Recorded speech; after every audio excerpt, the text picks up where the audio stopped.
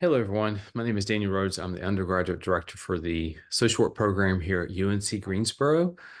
This is advising for fall semester 2024. So we're getting ready to prepare for fall semester 2024. I'm going to try to keep this relatively short. I have a PowerPoint that I'm going to go through. And just to remind everyone, you should have received emails from me, and this video will be linked in an email talking about our advising sessions. We will have 2 full-day advising sessions on Thursday, a half-day advising session on a Friday morning, and a half-day advising session on a Friday afternoon. This will be right after the spring break. For those students who are in Social Work 215, the Introduction to Social Work, we will come into your class. I don't have the date on top of my head. Your professor should let you know. It's after the advising sessions, and we will do an introduction to just the program in general, the mechanics of the program, and we will do advising in class. So you are more than welcome to come to the advising sessions. It doesn't hurt you to get more advising than one time, but we will be coming into your class, and I'll detail that in the email. So I want to go ahead and go through the PowerPoint here and just talk about advising a little bit. It's pretty self-explanatory. Part of what we're here for is to ensure that you are advised and you get the information that you need when you need it. So the first thing I always start off with is that you must take responsibility for your education. What that means is you really need to take time to learn the mechanics and the system and the protocols within the department, within the university, understanding all the systems. Social work is a complex department. The courses have to be taken in sequence. There's a lot of things that you have to do. You have to apply to what's called the professional track, or basically apply to the major. Students do this fall semester of their junior year. So there's application process you have to go through. You have to submit a resume. You have to submit a written essay. You have to provide letters of references. This is all done fall semester of your junior year. That information gets passed on to our field director, and our field director will meet with you and then helps to determine an internship for you for your final year, which is in the fall and spring semester. So the reason we reinforce this is because we do send out a lot of information, and we really try to keep you informed about what you need. There are things like suggested plan of studies, which I'll be sending out. There's a handbook that we have. There's all these different requirements that you really need to stay on top of, and you have to take responsibility for this. So, a reminder, social work is a complex profession, and what you're going to be doing is stepping into a profession working with very vulnerable populations. And if you don't prepare yourself to deal with complex systems while you're a college student here studying social work, you're going to have a really hard time helping someone navigate something like applying for food stamps or applying for housing or other services that they need in the community. So often we get students who kind of have this learned helplessness. Well, I don't know how this works. Can you kind of do it for me? And we really push back on that. We really do expect you to take responsibility for your education, stay on top of the courses that you need, which means you must orient yourself to degree works. I have a video about degree works that I send out. I know that my videos can be kind of lengthy, but really do need to take time to learn degree works and understand the complexities of it and all the requirements that you need and how many credit hours you need to graduate. Just as a reminder, you need 120 hours to graduate. And the best way to figure that out is to learn degree works. And I talk about it on degree works. There's a space in there that tells you the number of credit hours you have completed and are enrolled in, and you need 120 hours to graduate.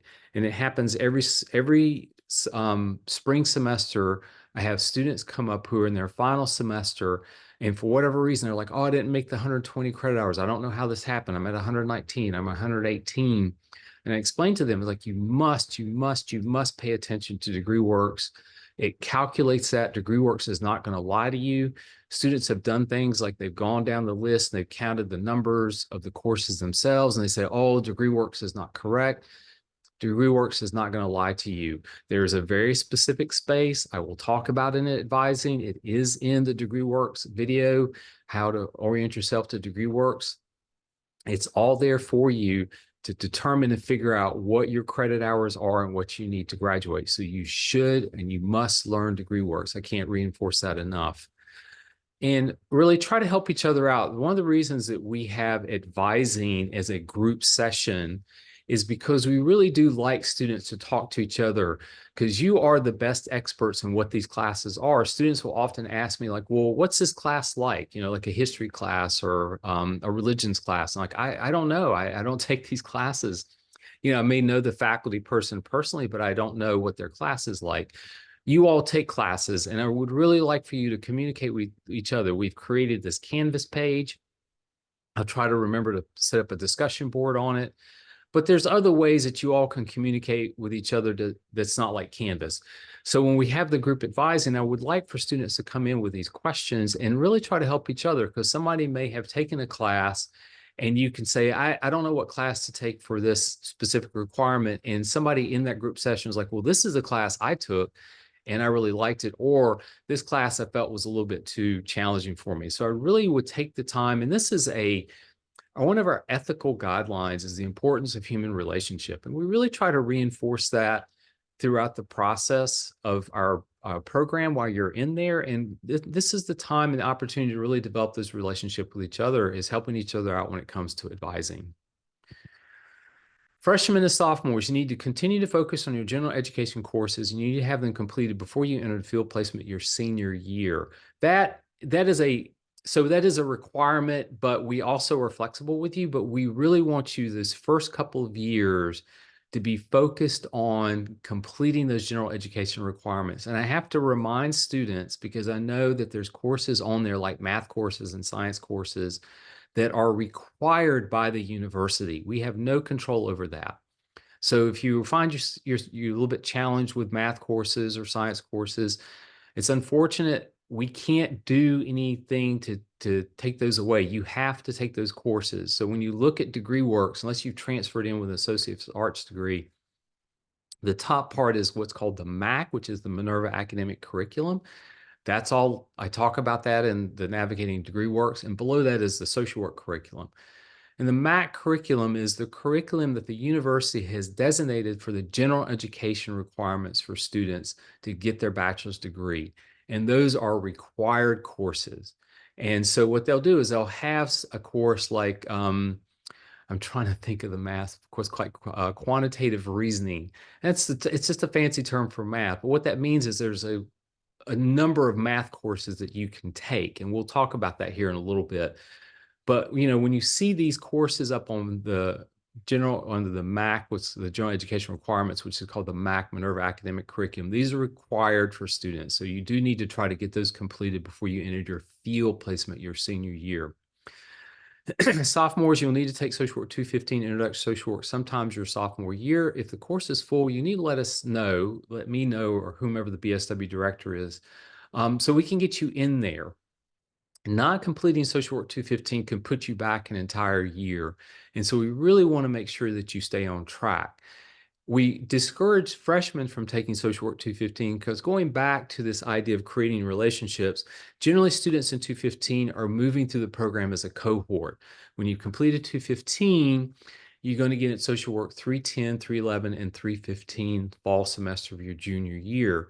If you take Social Work 215 your freshman year, I know you're really excited to get into the course, but if you take it your freshman year, the group of students in that course are going to be a year ahead of you. So we really encourage you to take it your sophomore year, because then you'll be in with a group of students that are as a cohort that you'll move through with. So what you will be doing if you are a sophomore right now and you've taken Social Work 215 last summer, last fall, or if you're in it this spring, or even maybe even thinking about taking it this summer, then you will want to be in Social Work 310, 311, 315 in the fall. Those three are required courses. So that means you need to be in Social Work 310, 311, and 315 fall semester next year. If you're not in those courses, that can put you behind an entire year. And then freshman, you want to continue with your general education requirements. Just to let you know, I can do overrides to get you into social work classes. So if 310, 311, 315 or social work 215 is full and we want to try to get you in, I can do an override to do that. I cannot do override in other programs and departments. I get this question quite often. Student will email me like, I'm trying to get into this history course, it's full. Can you get me in? Absolutely not. I can't. I don't work for the history department. You have to reach out to each individual department if you want to try to get into a class. I cannot do overrides for classes and other programs and departments. So it's one of those common things that really frustrates me because I get a lot of emails about that. Hey, I'm trying to get into this human development family studies course. I really need it. I really want it. And it's full. Can you get me in it? I can't. You have to reach out to human development family studies. Once again, general education requirements, the MAC. You just need to make sure to stay on top of that. So as far as registration, what we're doing right now is advising. I do not know, and we do not know when your specific registration window opens up. That's another question we get from students. When does my registration window opens up? I don't know. It's a staggered system. And so what they do is the registrar's office will open registration windows based on credit hours and your class standing, like if you're a sophomore, junior. And what will happen is you may have the credit hours for a junior, but it may say sophomore too. That's just a glitch with the registrar's office. I don't know why they do that, but I think it helps them to determine when they open student registration windows opens up. You log into Schedule Hero or into UNC Genie. If you decide to go into UNC Genie and you go to registration, and then that's where you check when your particular registration window opens up. I do not know when your registration window opens up. If you are interested in taking summer courses, so this is advising for fall semester, but the summer courses have opened up now. So you can register for summer courses now. If you want to take summer courses and try to get on top of things, you can do that now. Your advising code for the spring semester is what you need to register for summer courses.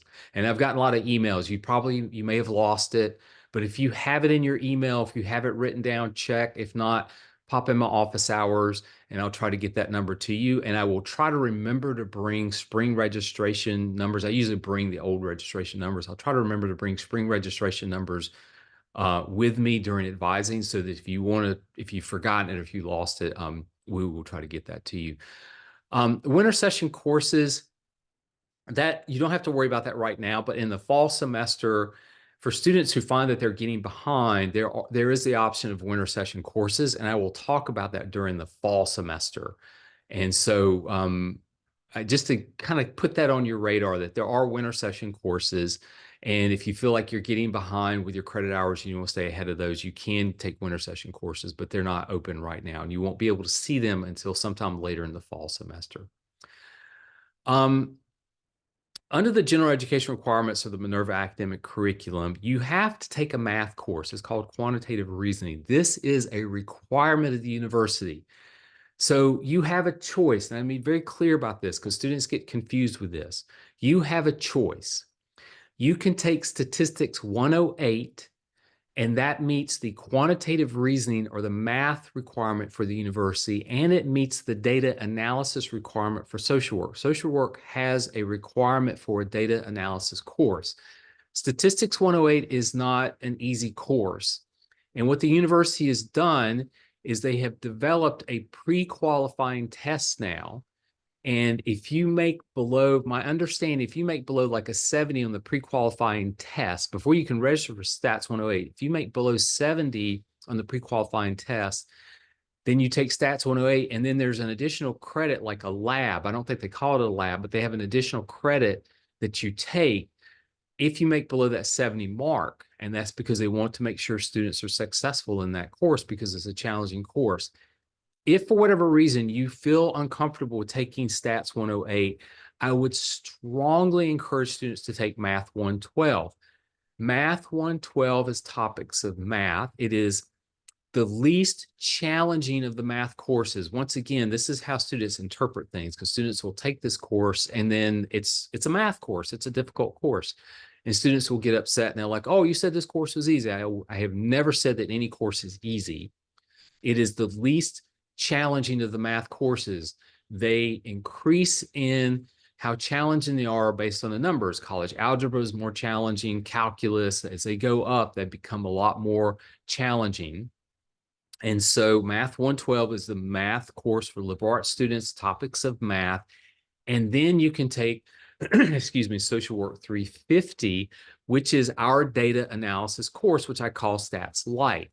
So you have a choice. You can take Stats 108 and meet both the requirements for the university's math requirement, quantitative analysis, reasoning, or you can take Math 112, but then you have to take Social Work 350, which is our data analysis course. And that's the route most of our students go, because that seems to be a little bit more manageable for them. Cultural and diversity electives. So when you look towards the bottom of degree works under the social work section, there is at the bottom these courses that are called cultural and diversity electives. You can either take 1 year of a foreign language at the elementary level, like Spanish 101, 102, or you can take 2 courses in the cultural and diversity elective. And there's a list of courses down there. And that list is not extensive. It takes us a lot of time to get courses on that list or off that list.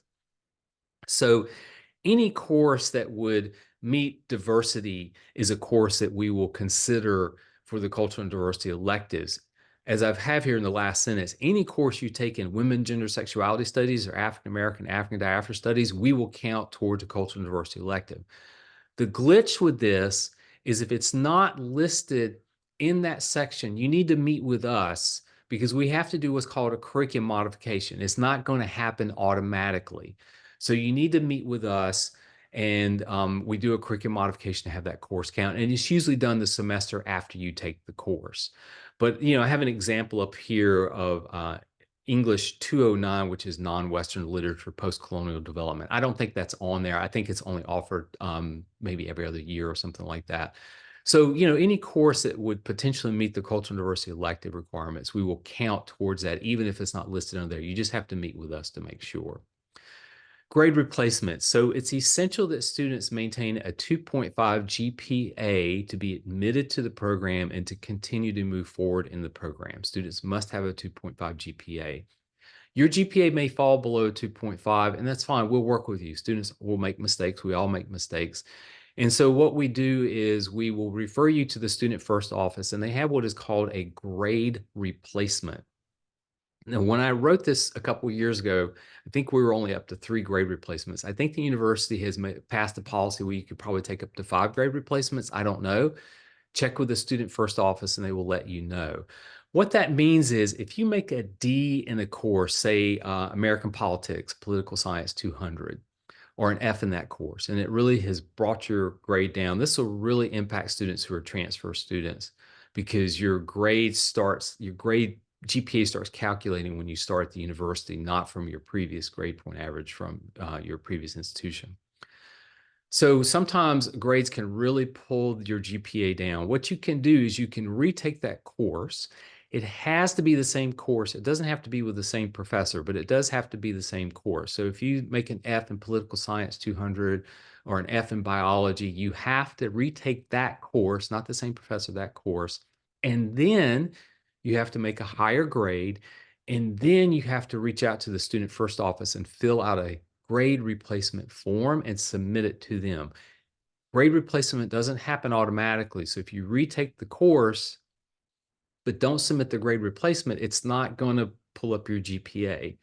So as an example, again, political science, you make an F in it, you retake it, you make an A in it, you reach out to Student First Office, you submit the grade replacement form. It takes about a week for it to show up. And then what it will do, it will replace the higher grade for the lower grade. And for some cases, that will drastically increase your overall GPA. So if you are tanking a class, if you're, it's past the drop period, you're really concerned about a class is bringing down your GPA, you do have the option to do a grade replacement, and that'll help your GPA come up. And we've worked with students who don't have that 2.5 GPA and working with Student First and trying to help you get that GPA up. So minors, I'll probably talk more about this in person. We were advising, so I won't go over this in great detail. So once again, you need 120 hours to graduate. So what that means, especially if you came in as a freshman, you have 15 hours of electives. And DegreeWorks doesn't do a really good job in indicating that on DegreeWorks. This is one of the reasons why students will sometimes come up to the last semester and are missing credits, because DegreeWorks has all these check marks, but you're missing credit hours. So some students usually, what that means is 15 hours of general electives, you can take anything you're interested in as long as you can get into it. History, religion, philosophy, women, gender, sexuality studies, African American, African diaspora studies, you name it, you can take it. But students often want a little bit more guidance, direction in fulfilling those 15 credit hours. So we strongly encourage you to look at minors. We work really closely with a lot of departments, and students really enjoy the minors. The ones that I have really encouraged students to look at and have really worked well with our students are peace and conflict studies, human development family studies, especially for students who are wanting to work with family and children, women, gender, sexuality studies, African American, African diaspora studies. Those are the minors that work really well with students, but students also get minors in psychology, sociology, history, classical studies, you name it. Most programs have minors. So if you have questions about that, please bring them up during the advising session. I'll talk more about that. I really encourage students to look at minors. It really enhances your educational experience. I work really closely with peace and conflict studies. I have a long history of working with peace and conflict studies. And so, I'm always encouraging students to look at those minors. Those really help you in the work that we do in communities and working with clients and families. But also women, gender, sexuality studies, human development family studies, and African American, African diaspora studies are great minors. So email etiquette, emails have become almost unmanageable. I think that is just across the board in anything that we do anymore. Emails have become really unmanageable. You do need to pay attention to the emails that we send out, because we do send out vital information in emails. I think what happens often is that students will perceive emails as something like a text. And so we will often get multiple emails with like these really kind of simple questions that could easily be looked up if you're paying attention to things. Often what will happen is you will email me and you'll get an automated response about my office hours. Really encourage students with questions to come to my office hours. I find that that's the best way. The reason I'm resistant to answer a lot of questions in emails is because then it just kind of becomes this kind of back and forth, and I just don't have time with all the other emails that I get. I'm really encouraging students, because I'm somewhat informal with emails, but I'm really encouraging students to think about email etiquette when you are constructing emails, because you are entering a professional field.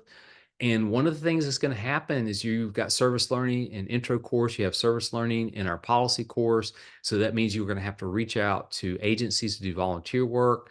You're going to be preparing yourself for an internship. So that means you're going to be setting up an interview with an internship with an agency that you'll be doing an internship for a year. And once you leave here, you're going to start looking for jobs. And so we're really encouraging students to get in the habit of writing professional emails now with faculty. Try not to be as informal. We get a lot of just kind of like, yeah, whatever, thanks, and stuff like that. And so I really encourage students just to think about how you construct that email, and to make sure to try to be as professional as you can in the email. So like if, I'm informal, but if I'm reaching out to the chancellor or the provost at the university, they're my bosses. I'm going to be very formal in the email as I reach out to them. So I'd encourage you all to think about reaching out to us in professional manners with emails, and to be cautious on some of the things you put in there.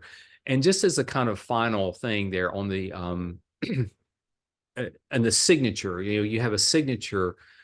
We would really like for you to send us your student ID number when you are contacting us wanting information, but I would discourage you from putting your student ID number in the signature that goes out to everyone, because that is a sensitive ID number. And for most of you, logging into UNC Genie is your 8-digit student ID number and your 6-digit password, which is default your 6-digit birth date. And probably many of you have not updated that. So it wouldn't take much if you're sending this UNCG ID number out to just anyone on your email list, because it's in your signature. It wouldn't take much for somebody to figure out what your birth date is, and then they can log into that system. And there's a lot of sensitive information in there, your address, so you want to be really cautious with that number. We need that number to help find things for you and to look up stuff on DegreeWorks, but I would not use that number in your email as a signature, or have many people have access to that number. So that's pretty much it in a nutshell. We'll go into greater details when we have advising session after spring break. So please come with questions during advising sessions. Remember, they're in 1 hour blocks. You're not having to sign up for them. I used to have students sign up for these 1 hour blocks. And what I've just discovered is that, it really, you just show up at the beginning of the hour. I go through the spiel. If you need to stick around, we have an hour. We meet with you all. We look at your degree works and we talk to you about what you need. So you don't really need to sign up. Just plan to come to one of the advising sessions. If you have questions, you need to come back to another one by all means. I just want to be really clear that I'll have office hours after advising sessions, but I will not have virtual office hours after advising. What that means is if you miss the advising session, you will have to come to my office hours for advising. I will not have the virtual office hour option like I do right now. I suspend virtual office hours during after advising session for several weeks. And so it is imperative and mandatory that you come to these advising sessions to get your advising code. And if you don't make these advising sessions, then you'll have to come to my office hours in person to get advising. Um, I hope everybody has or had a great spring break. Whenever you see this, take good care of yourself, stay healthy and safe, and we look forward to seeing you during advising, and I hope you take care. Thank you.